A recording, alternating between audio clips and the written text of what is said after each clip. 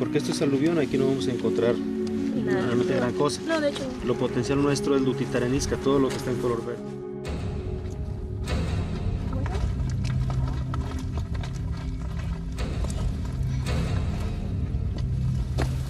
Ay, qué bien. Es un diente escuálico de las rocas contienen. Mira, aquí está otro. Sí, entonces, ¿sabes qué? El estrato debe estar...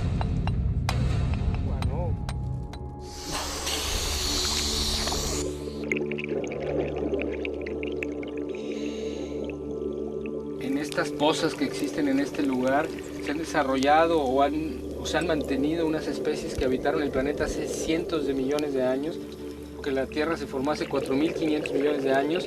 Hace 3.500 millones de años empezaron a existir estas formas muy primitivas de vida que habitaron prácticamente todo el planeta durante un largo periodo, casi 3.000 millones.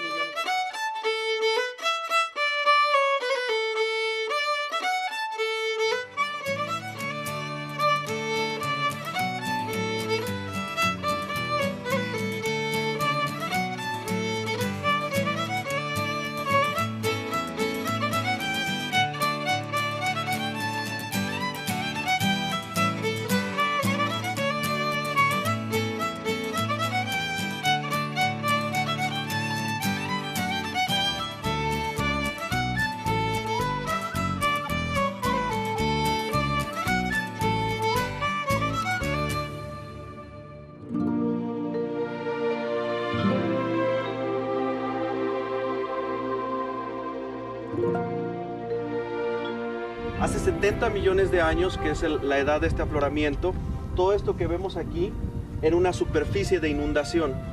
Una superficie que estaba a manera de un lodazal a un lado de lo que sería un lago posicionado atrás de mí.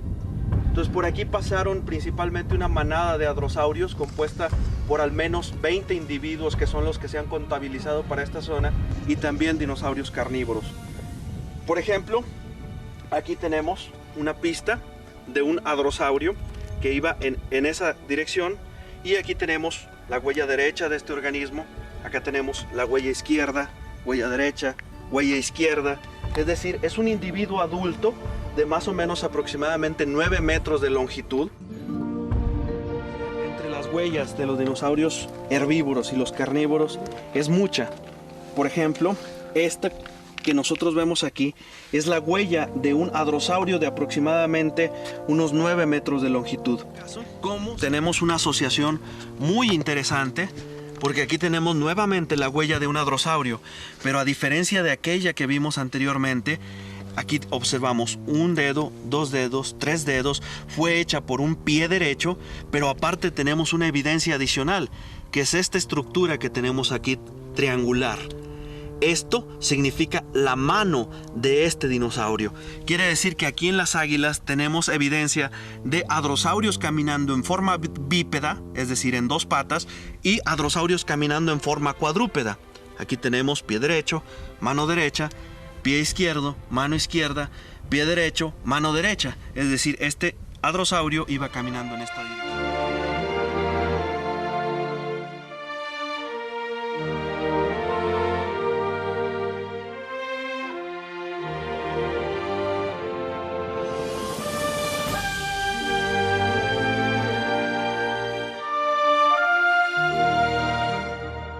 My uncle, Manfred, he bought a book about dinosaurs. And I looked at these skeletons of these monstrous animals, and the first thing I had nightmares for several weeks. Waking up at night, seeing these brownish colored skeletons moving towards me. I checked below the bed before I went to sleep if there was really no dinosaur skeleton. But by and by I got more and more interested, and when I first came to the kindergarten, I was very shy, did not want to talk to people. So the only thing that could be Mike silent, not crying anymore, was placing me in front of a fish tank with goldfishes. I watched these goldfishes swimming, and I was very pleased about that. And then it continuously went into dinosaurs and natural affairs, natural history. And that accompanied me through school, and I studied biology in the end in Tübingen. And as a side subject, I did paleontology and geology. But from my education, I am a zoologist, and therefore, when I look at old bones, for me these are the remnants of once living animals and not just elements inside the sequence. That's the geologist's part. But my part is to bring these animals back to life, and this is mostly the method of forensic medicine. That means to reconstruct what happened to these bones, what happened to the animal, and then slowly reconstruct backward until we come to the life, step by step in logical ways, until this animal is visualized in my head, and then I become this animal when I describe it. I am the monster of Aranbury, if you want, when I'm starting to describe and talk about it, because I can visualize what it means to be 15 meters long and swim through a sea. And this is my kind of approach, which roots far back in my childhood. And I remember that every morning when I came into the kindergarten, I imitated another animal, a frog, a newt, a lizard, so I crept in instead of walking in, and this enjoyed the other kids also. But my science I do now roots far back into my childhood. I grew up with it from the very beginning, since I can think. Nature made me happy, and I think this will remain until I die.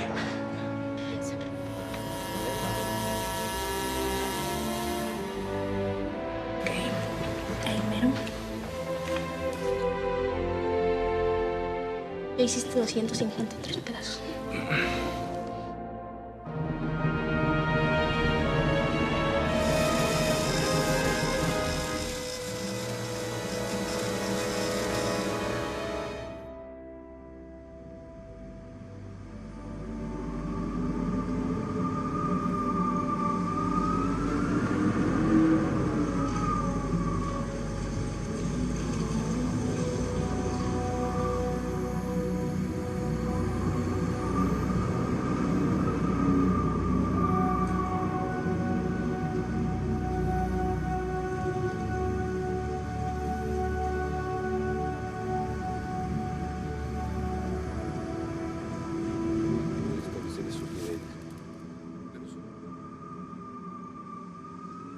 Después de revisar los posibles efectos del impacto, es prácticamente increíble el poder pensar que algún organismo hubiera quedado vivo en la Tierra. La devastación debió haber sido contundente, sobre todo en las áreas cercanas al impacto, pero los efectos pues fueron finalmente globales, ¿verdad? No hay que olvidar que bloques que fueron lanzados al espacio exterior cayeron en diferentes lugares del planeta generando incendios masivos. Entonces prácticamente podríamos decir que la catástrofe fue global.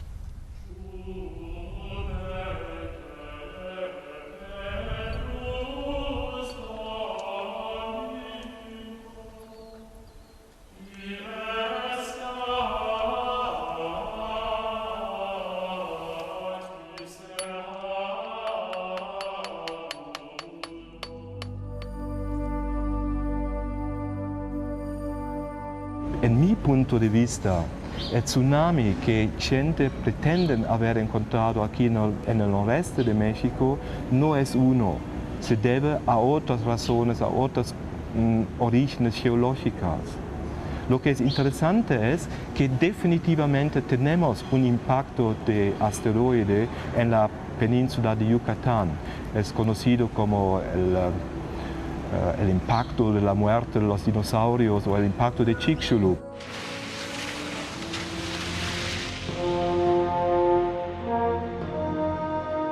Tenemos Chicxulub muy abajo y su evidencia son las tectitas. Y tenemos varios metros encima y separados por muchos miles de años un segundo impacto en el límite Cretácico terciario, y eso es un dato que coincide con la extinción de los dinosaurios.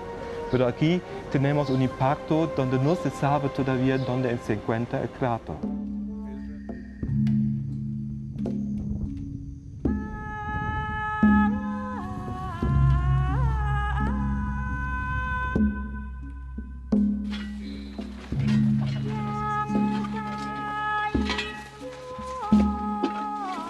All right, back to 1984, a student from the University of Linares was mapping the area around Aramberry, and he found along the track here big vertebra.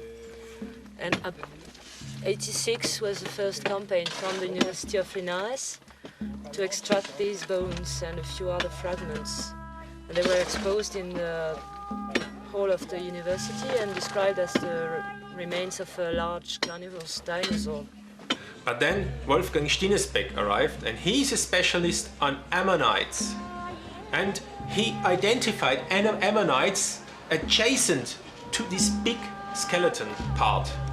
And he identified these ammonites, and he said, well, these ammonites can only come from the Upper Jurassic period, and ammonites are only living in the sea. And he also knew that the next shoreline would have been around Coahuila, 300 kilometers away from here. So he is not an educated vertebrate paleontologist, and when he came to Karlsruhe, he told me about that. And he said, hey, there's big things, there's plenty of vertebrates, I don't know about them, so would you please come with me to Mexico and we can go to Linares and investigate the stuff in the collection. She was very clear about that, and she wanted to come, so we financed the trip 2000 to investigate the material, and we saw fishes, we saw vertebrae of ichthyosaurs, we saw crocodiles. A new species of crocodile was discovered in the very first year we were here in the collections. We saw more remnants of crocodiles, and we saw plesiosaur vertebrae. And when Wolfgang Stinesbeck brought us to the lecture hall, we saw this monument standing there in a block of concrete and the vertebra coming out. And I said to Marie, hey, that's never a dinosaur. And she said, can't be. It's a pliosaur, but the biggest I ever saw.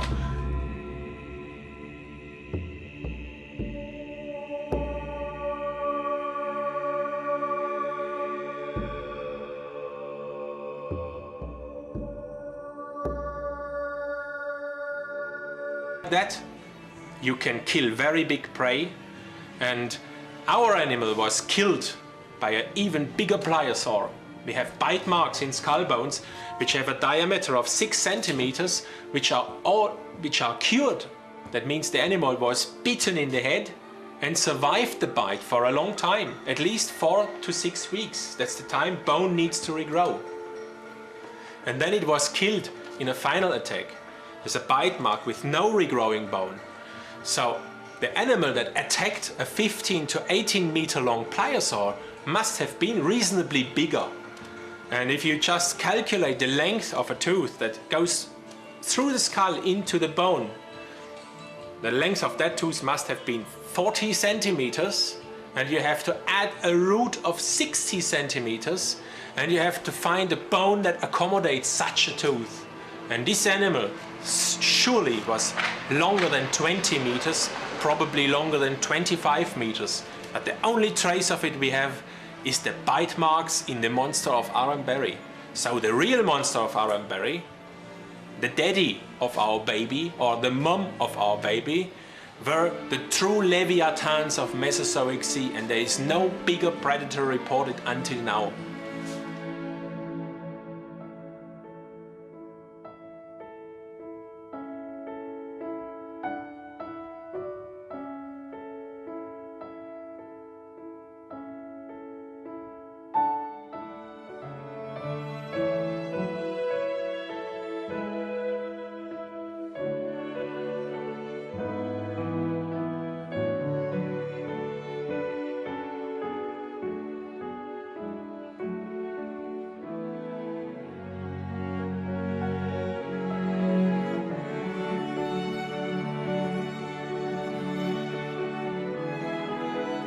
Yo creo que uno de los grandes privilegios de ser paleontólogo, además de que te puedes aterrar y tu mamá no te regaña, es precisamente el viajar por el tiempo.